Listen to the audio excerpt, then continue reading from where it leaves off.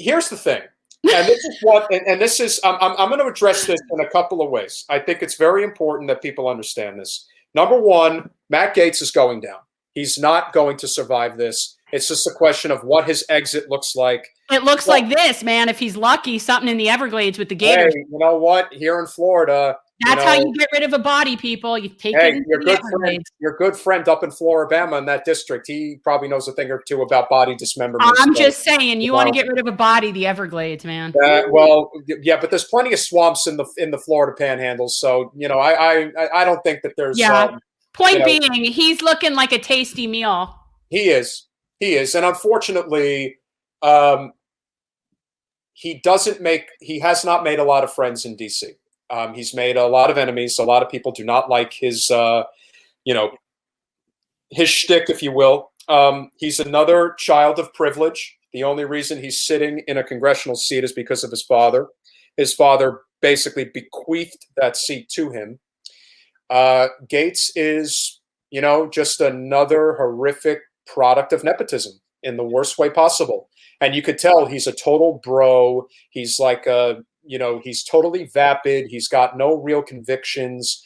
A lot of the things that he does is to be contrarian. Does he have some good takes here and there? Yeah, he's not without certain, things that he does. He is apparently he dates children. Yeah, he apparently dates children. That's a problem. Yeah. It's full stop. It's a deal breaker. Sorry. I don't care if he is having swinger parties and is doing all sorts of meth and hanging out with hookers. And I don't care what he does. If everybody is a consenting adult, then he should have at it. Yeah. But from my understanding is he's dating children, and that's a problem. Well, if you're taking any, again, the mistake he made, honestly, he might have saved himself only losing his seat for being caught having relations with a 17-year-old.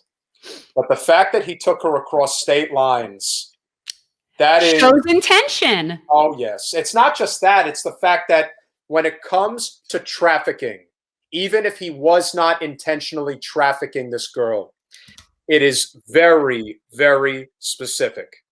Yeah.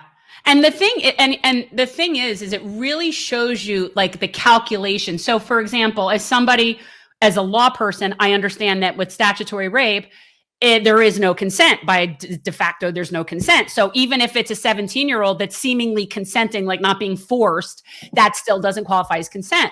And so there have been cases that I've heard of, statutory rape cases, where girls use fake IDs. Girls are in places that you would assume they were of age, and they turn out to not be.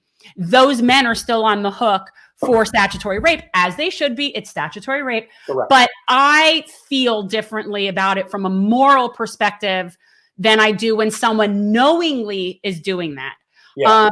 Because it's just gross. He, like I said, there's nothing redeemable about him. He's very, like I said, he's vapid, he's aloof, and he's a jerk. And I think Mallory has a good take. He looks just like Butthead. I mean, I always think of Trump's sons as Beavis and Butthead, though, but I could see the resemblance. Totally. I mean, he really, especially when he's had his hair done up like Butthead. I mean, it's just crazy. He's just, you know what? He's a douche. But I would like to point out to people while we're on this, before I get rid of the graphic. So anyone now who comes on as a Patreon and they get the gift, if you come on as a $5, $10 Patreon, everybody now is getting the Florida Bites and it's full of reptile sticker. And it looks just like that with the little postie on it and everything. It's really cute. But here's the other component of this story that I want to talk about, which I think is very key. So let's just assume that Gaetz goes down. Let's assume he goes down, and I think he will. There's going to be a special election. And for anyone who thinks that a Democrat is going to get into that district, save your money, save your resources, save it all now, because it ain't happening. They're not going to listen to you. They never listen. But what I would suggest is that for anybody who actually thinks that I specifically said of age hookers. I specifically said consenting adults. I have no problem with sex workers, but no, I did say meth and hookers, but not underage hookers. Sorry. Don't hang me out as that. Gotta own it. If you saw the interview with Hunter, it was pretty bad. But what I am suggesting to anyone who is listening, we don't have to just change the Democratic Party. We have to change the Republican Party as well. And so if somebody who is in the Florida Panhandle, who does have conservative values, but actually believes in primary issues that will help the collective, yes, they probably voted for the $15 minimum wage. Conservatism is, it covers a lot of things, but it's not just fiscal responsibility. Conservatism means the environment. The greatest conservative we ever had was Teddy Roosevelt. And he was all about Teddy. The importance of those types of things. So if you support civil liberties as a true conservative, there are a lot of things that we can find common ground on. But the biggest issue here is whether or not somebody would run in an open race, mind you, with no corporate special interest money, because that's really the ticket.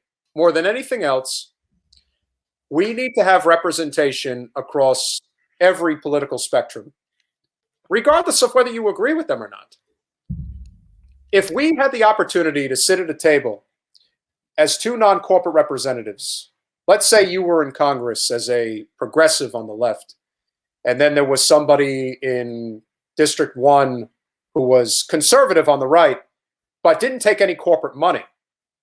I'd like to think that you could sit at a table with that person and probably come to an agreement on certain primary issues.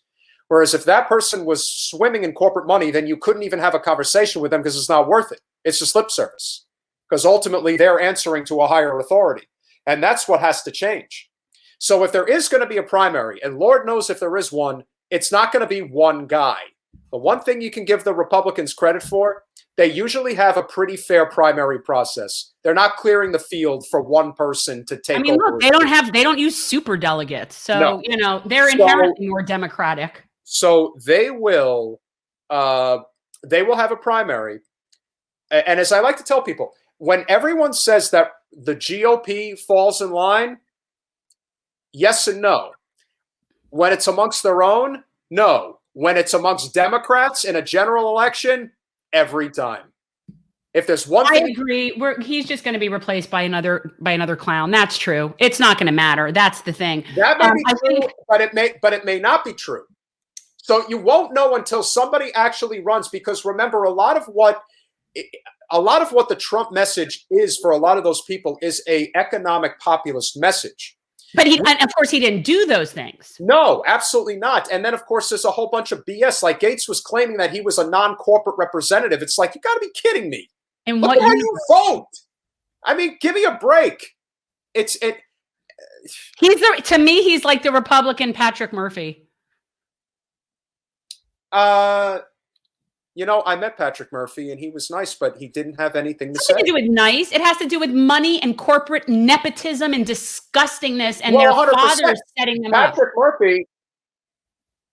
Patrick Murphy, listen, he is a complete product of his father's success. And that is my point. And a lot of people like to talk about, listen, I would have her on the podcast, but, Lauren Book is is our state senator. And she is only in the Senate because her father is one of the most powerful lobbyists this country's ever seen, on top of the fact that he's a crook. So when you think about it, I don't watch Bill Maher anymore, but he did have a really great line a number of years ago, which is, behind every great fortune is a great crime. Oh. And in many cases, that is true. Not every case, but you know what? Probably more than not. I hate to say that, but probably more than not. So if and when Gaetz steps aside, and I don't know what my guess is at this point, he's just trying to negotiate his terms. I think that that's what he's doing. He's just trying to make sure that when he goes away, but he's not going to federal prison. That's basically. No, he will go. He'll go to Club Fed. Are you kidding me? He'll go like where Martha Stewart went. For anybody who's wondering why this thing is taking so long, like I said, this is how this stuff gets handled behind the scenes. And he's got the best lawyers money can buy. He doesn't want to walk away, but I think if he knows that he is going down and he could go to federal prison, then he will have no choice. Because that's basically what the ultimatum would be. Because a guy like Gaetz would drag this out. You could tell that he has no intention of going quietly. But if they basically come to an agreement that he's not going to face federal charges, then he'll step down. So it's really just a matter of negotiating those terms. And once those terms are set in place, then it's going to happen. Now, when it's going to happen, not really sure. But for anybody who is in, Panama City, Destin, any of those places that are covering the first district. In Floribama. If you live in Floribama. I still think we should nominate Bo. That's who I'm nominating. He is not getting involved in this, and he's also not a Republican. He's not a Democrat, and he's not a Republican, and he doesn't want to be. The beautiful thing about him is that he could run as a Republican.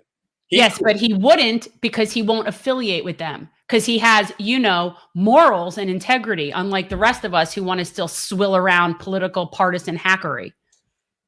Fair as it may be, and I'm not saying that you're wrong. I'm simply saying that we're at a point where there is going to be some kind of an opening. And whoever is going to decide to get into that race, because there will be a lot of people that will run in that race. They will. There is no circumstance here. Are there going to be kingmakers as there normally would be an entrenched? It's not even a gerrymandered district. It just happens to be a very red district. It's actually probably the most fairly divided district in the whole state. It's literally just a square. It just is, right. It's not gerrymandered. And it's county lined. Yeah, it isn't gerrymandered. It's just really red. So it 100%. Is what it is. So whoever is going to emerge, I would highly recommend trying to find somebody who's willing to run on the GOP ticket. And you can run on GOP principles.